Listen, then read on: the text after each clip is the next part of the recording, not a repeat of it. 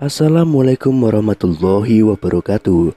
Kembali lagi di channel Nasihat Kehidupan Misteri. Pada video kali ini saya akan membahas tentang penguasa tanah Jawa 2023 nagih janji. Tahun 2023 Indonesia harus waspada. Pasalnya ramalan Jayabaya mengungkap bahwa tahun 2023 adalah tahun datangnya Sabdo Palau nagih janji. Sabdo Palau nagih janji ini diyakini sebagai tanda akan terjadinya kekacauan atau bencana alam yang akan terjadi di berbagai daerah di Indonesia. Wong Jowo wis ilang Jowone adalah ungkapan Jayabaya yang menyebut tanda-tanda Sabdo Palau datang memomong masyarakat Jawa yang sudah kehilangan spiritualitasnya.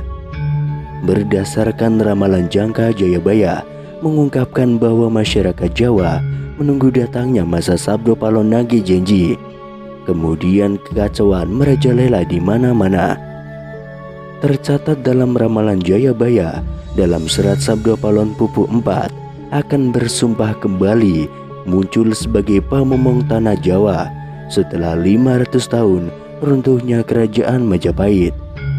Apabila dihitung 500 tahun dari kerajaan Majapahit runtuh pada tahun 1478, maka ramalan datangnya masa Sabdo Palau nagih janji jatuh pada tahun 2020 hingga tahun 2023. Pertanda meletusnya Gunung Merapi yang dijelaskan dalam Pupuh 5 dalam serat Sabdo Palau yang berbunyi, Kulo damel pratondo, pratondo tembayang Mami Hardi, Merapi yang jeblok mililahar, lindu peng pitu sedino, kaline banjir bandang. Yang artinya saya akan membuat pertanda sebagai janji teguh saya apabila Merapi sudah meletus mengeluarkan lahar dan terjadi gempa bumi 7 kali dalam sehari serta banjir bandang akan datang. Kemudian dalam serat Sabdo Palau Pupuh 13 disebutkan akan ada ombak munggah daratan yang artinya merujuk pada sebuah bencana tsunami. Kemudian berdasarkan Pupuh 11 dalam serat Sabdo Palau disebutkan panggeblo ingkang pinangkung lelorong ngombro-ngombro enjang sugeng sonten praloyo, yang artinya akan datang wabah mengerikan merajalela di mana-mana. Paginya orang-orang masih hidup, sorenya banyak yang mati. Selain itu, akan ada juga kejadian sosial di mana perpolitikan akan memanas di tanah Jawa sehingga Indonesia menjadi carut marut. Hal tersebut lantaran adanya egosentrisme dan eksploitasi yang semakin parah. Disebutkan juga oleh Sabdo Palau bahwa moral masyarakat Jawa banyak yang rusak. Dalam ramalan jangka Jayabaya, masa Sabdo Palau nagih janji ini akan terus menimbulkan kejadian alam dan sosial yang bakal terjadi secara terus-menerus hingga tahun 2056 berdasarkan waktu yang sudah diperkirakan. Tidak hanya tentang wilayah Pulau Jawa yang disebutkan oleh Sabdo Palau dalam ramalan jangka Jayabaya, tapi masa Sabdo Palau meliputi satu Nusantara atau Indonesia. Itu artinya dari Sabang sampai Merauke diramalkan sama-sama akan mengalami kejadian bencana alam dan sosial yang sama. Datangnya rentetan peristiwa tersebut akan terjadi secara beruntun atau silih berganti dan tidak menentu. Perlu diketahui, Sabdo Palau merupakan tokoh legendaris, pandita, penasihat kerajaan Majapahit, penguasa terakhir yang beragama Buddha dari kerajaan Majapahit di Pulau Jawa. Beberapa ramalan Jayabaya terbukti pada beberapa dekade terakhir.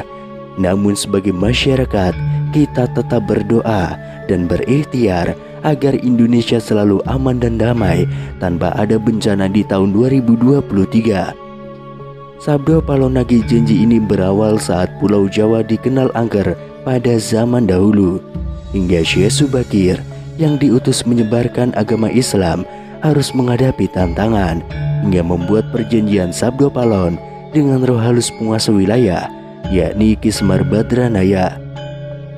Perjanjian Sabdo Palau itu dibuat sebagai kesepakatan antara Syekh Subakir yang datang menyebarkan agama Islam ke Pulau Jawa yang terkenal angker dengan roh halus penguasa wilayah, yakni Ki Semar Badranaya. Diceritakan pada masa dahulu, Pulau Jawa terkenal angker yang dikuasai roh halus Ki Semar Badranaya. Kedatangan Syekh Subakir yang diutus oleh Sultan Turki, Sultan Muhammad I, untuk syiar agama Islam. Setelah keduanya terlibat pertempuran dan sama-sama kuat, Syekh Subakir dan Ki Semar Badranaya akhirnya membuat kesepakatan melalui sebuah perjanjian yang disebut Sabdo Palon. Namun kedatangan Syekh Subakir dalam melakukan syiar Islam di Pulau Jawa saat itu harus mendapat rintangan hingga harus membuat perjanjian dengan Ki Semar Badranaya sebagai roh halus sebagai danyang atau penguasa wilayah tanah Jawa. Syekh Subakir dikenal sebagai orang yang berhasil menumbali Pulau Jawa yang terkenal angker dan wingit pada dahulu kala. Saat itu, Sultan Turki, Sultan Muhammad I mendapatkan petunjuk untuk melakukan penyebaran Islam di Pulau Jawa, sebuah tempat di tanah Jawa yang dalam pengaruh magis begitu kuat. Mulai dari jin hingga setan menghuni setiap sudut tanah Jawa yang saat itu masih berbentuk hutan belantara. Diutuslah rombongan para alim ulama untuk mendatangi Pulau Jawa guna melakukan syiar Islam. Namun alangkah terkejutnya Sultan Muhammad I karena hampir seluruh rombongan tersebut tewas akibat perbuatan para lelembut penduduk tanah Jawa yang tidak mau menerima ajaran Islam. Namun petunjuk harus tetap dijalankan sehingga utusan berikutnya dikirim ke Pulau Jawa yang angker itu.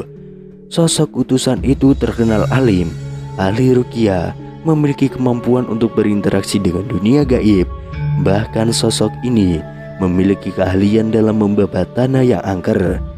Dialah Syekh Subakir yang memiliki nama asli Syekh Tambu Ali bin Syekh Bakir, berasal dari tanah Persia atau yang sekarang lebih dikenal dengan negara Iran, yang langsung berlayar ke Pulau Jawa atas perintah Sultan Muhammad I.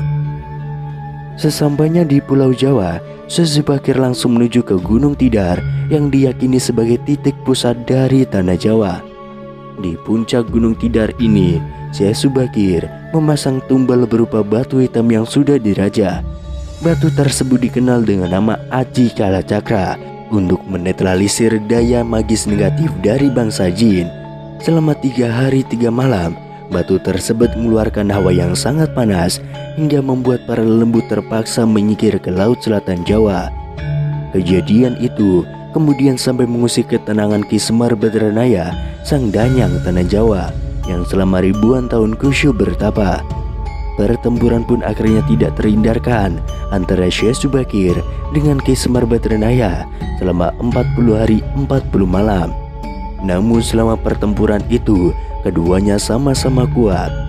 Sampai akhirnya Ki Semar Badranaya menawarkan perundingan kepada Syekh Subakir, yang mana menghasilkan sebuah kesepakatan perjanjian yang dikenal dengan sebutan perjanjian Sabdo Palon.